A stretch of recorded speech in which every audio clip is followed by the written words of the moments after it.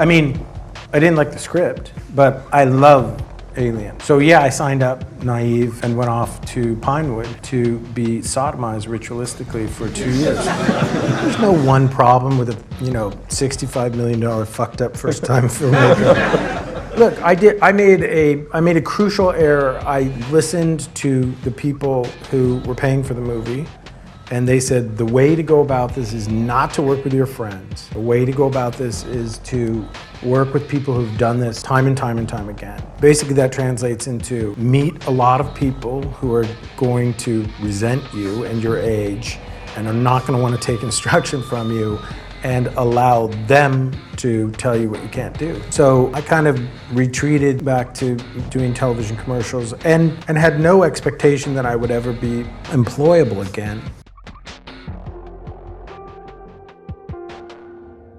Fox is #1 studio in the country because they're all such a bunch of morons.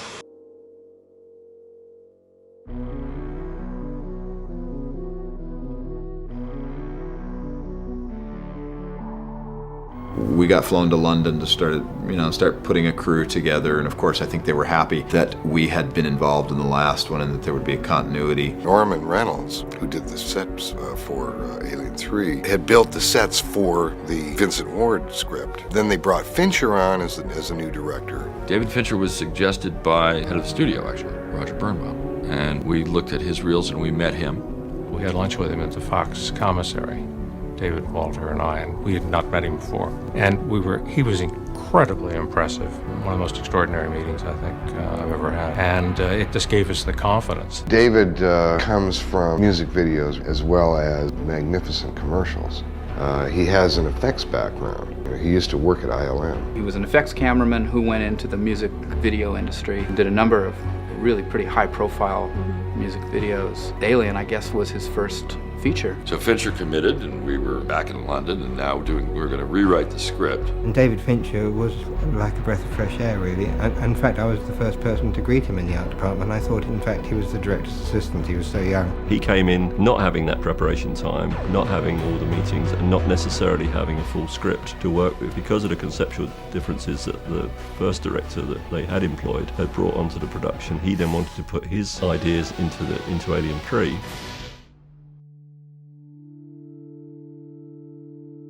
I think the biggest problem David had was that we never had a concrete draft of a script to go by. And here he is directing his first movie, following in the likes of Ridley Scott and James Cameron. And, it is very difficult to balance all of those things. And I think that when you go through any production, it's difficult, it's hard. I think when you go through your first one without a script, it's even harder. If I do my job right in prep, I always feel like the shooting should be boring. I'd rather be prepared and bored than excited and, hemorrhaging cash and looking like a fucking moron. I don't think it's about respect. I think if you're involved in an endeavor where you have to get $100 million from somebody to apply your craft, you're going to have differences of opinion as to how that money should be spent. So, it's kind of creative Darwinism. The best ideas usually win out.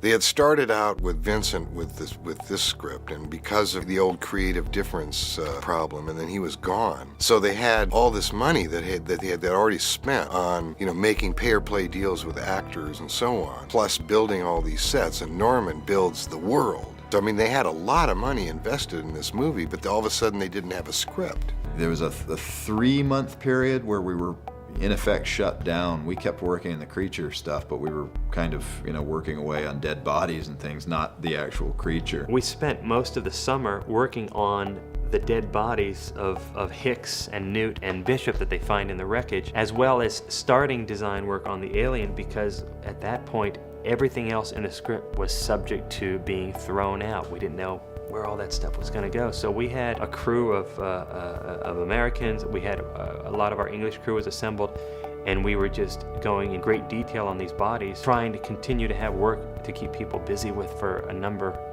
of months before the script was finally revised to the point and we could start trying to catch up. Eventually, Sigourney agreed that if Walter and I would write it, she would do it on faith, and Fincher did too. So Walter and I started writing while they were building, and kind of took this concept of Vincent's and turned it around a bit.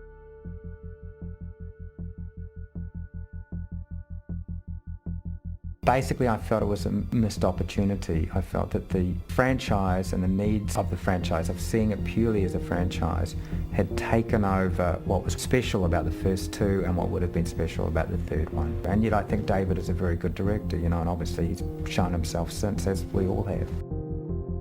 I think we all recognize that we had holes in the movie, again, because we did not have a script going into the movie. And rather than staying in England and continuing to try and fill those holes, the studio made a decision to bring the production back to LA, take a period of time off where you can assess what is needed and go back and more surgically fix those holes. No one left England thinking that the movie was finished. So David and I said, well, what we needed, say A, B, C, D, E, and F, these particular things, and then we'd have a meeting. They'd have these endless meetings to discuss what we should do. And then they would say, fine, we've now decided you can do A, E, and F, missing all the rest down. We said, well, it really won't work, but no, we'll do that.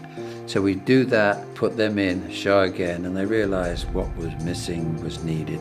That's the reason this thing got held up all the time, because the decisions were slow in being made, and then when it came down to the editing process, we had all these arguments. So another month goes by, I get a phone call. Oh, we're shooting a whole new ending to the film. We had a big fight about the ending, too. The ideas about how the movie was actually going to end had been up in the air and moving back and forth, and we kept getting different boards and hearing different stories about whether the chest burster was going to come out while she was up on top and she would grab it and take it and go over the edge, or whether she was even going to go over the edge or not. And I think they were afraid of Fincher's yearning to have the movie be on other levels other than just the fear level and the action level. What David was after was something that was very significant in the sense that when there's no meaning and there's no spiritualism, and the odds are stacked against you, how do you cope in that environment? And the studio was afraid of it.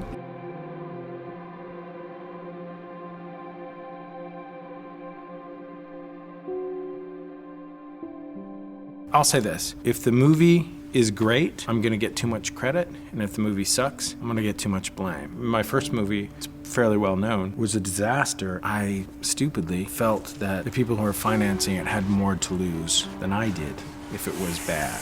I sort of allowed myself to be steered into this communal making, and then when the shit hits the fan, all of a sudden everybody scatters and you're the guy standing there going, wait, who's got a suggestion now? So if I'm gonna take the blame, if I'm gonna take the brunt of it, I'm gonna make the decisions.